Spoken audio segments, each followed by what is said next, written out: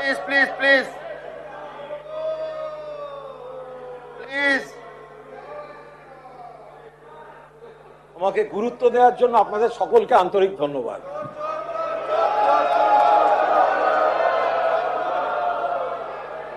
বাবু বিষয়ের বাইরে যাবেন না, যে আলোচনা হচ্ছে সেটা থাকুন।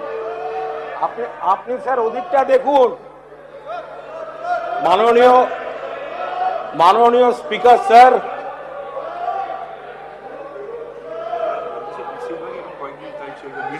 আমি মাননীয় স্পিকার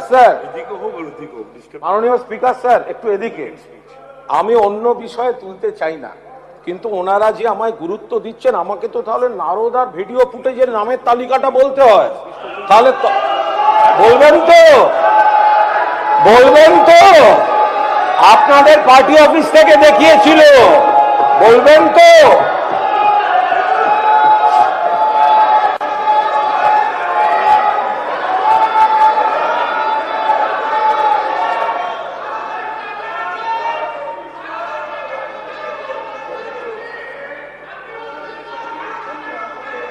বেশ করেছি, বসুন।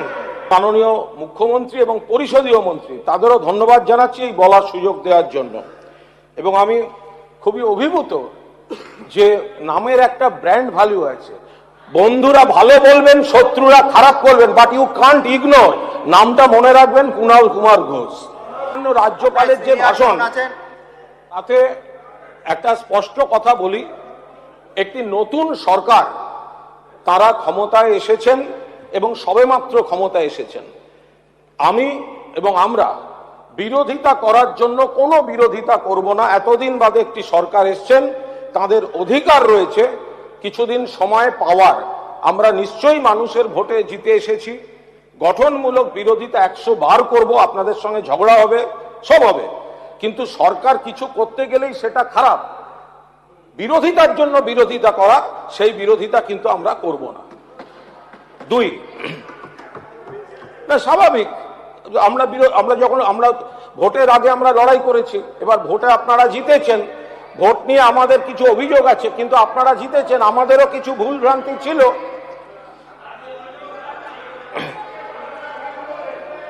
স্যার স্যার আমায় যদি ডিস্টার্ব করেন, এরপর যাদের আমি বলতে দেবো না, আমায় থামাবেন না কিন্তু।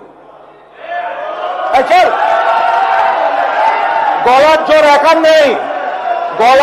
একার নেই, আরে এরা স্যার আমায় ভয় পায়, এরা আমাকে ভয় পায়, তাই বলতে দিচ্ছে না।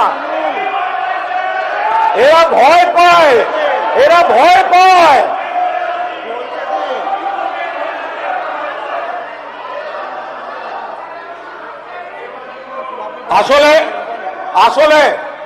আসলে স্পিকার স্যার ব্যবস্থা করে রেখেছেন যে আসল বিরোধী বেঞ্চ থেকে কথা হলে কথা হবে না, আর ওনার অনৈতিকভাবে মেরুদণ্ডহীন বিরোধী দলনেতাকে বলতে দিলে তখন সেটা বলতে দেওয়া হবে। এইটা উনি ব্যবস্থা করে রেখেছেন।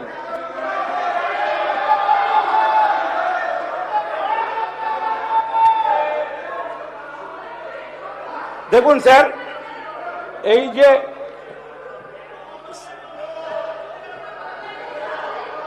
স্যার এটা হচ্ছে রাজ্যপালের যে ভাষণ, তাতে কয়েকটি বিষয় রয়েছে স্যার।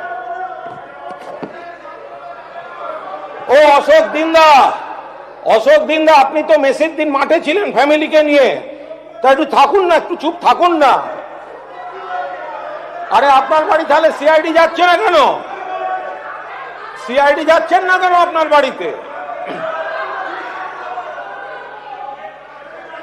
স্যার ছবিটা কাটছিল,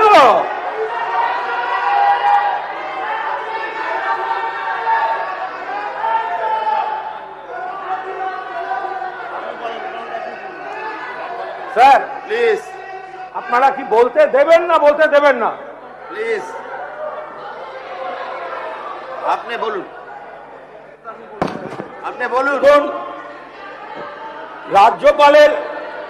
রাজ্যপালের ভাষণে স্যার এখানে লেখা আছে মহিলা নিগ্রহে 0 টলারেন্স। স্যার তো বালুরঘাটে যে ধর্ষণের মামলা ঋতব্রত, স্যার মহিলার ভিডিও রয়েছে স্যার। আরে দাঁড়াও না, দাঁড়াও না স্যার। এখন এই হাউসে যে প্রায় 270 জন বিজেপির বিধায়ক রয়েছেন, প্রায় 270 জন, তার পাশে যা দেখতে পাচ্ছি যে বিধায়ক রয়েছেন বিজেপি বা বিজেপি স্পন্সর্ড বিধায়ক রয়েছেন। আরে দাদা, আমাদের শুনতে হয়েছে, আমরা মাত্র 5 জন। আরে পাণ্ডবরাও 5 ছিল, কৌরব কুল কিন্তু 100 থেকেও বাঁচেনি।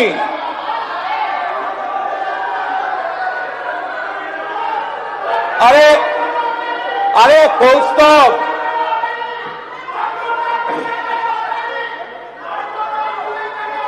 এই কৌস্তব, তোমরা আমায় ভয় পাও আমি জানি। আরে বলতে দেবে না স্যার, এটা কি হবে না?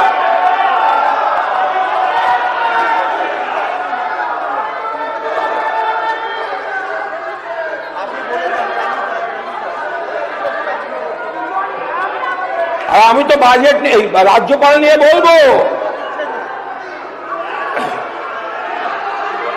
রাজ্যপালের বাজেট, রাজ্যপালের ভাষণ, তাতে স্যার কয়েকটা যা বিষয় রয়েছে সেই বিষয়গুলি স্যার আমরা খানিকটা তো দিয়েছি সংশোধনী, আবার কয়েকটা জায়গায় স্যার বলার আছে।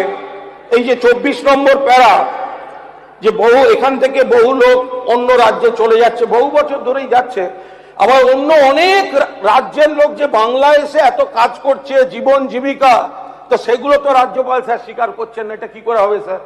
তো এগুলো তো বলতে হবে যে অন্য রাজ্যের এত লোক এখানে আসছেন।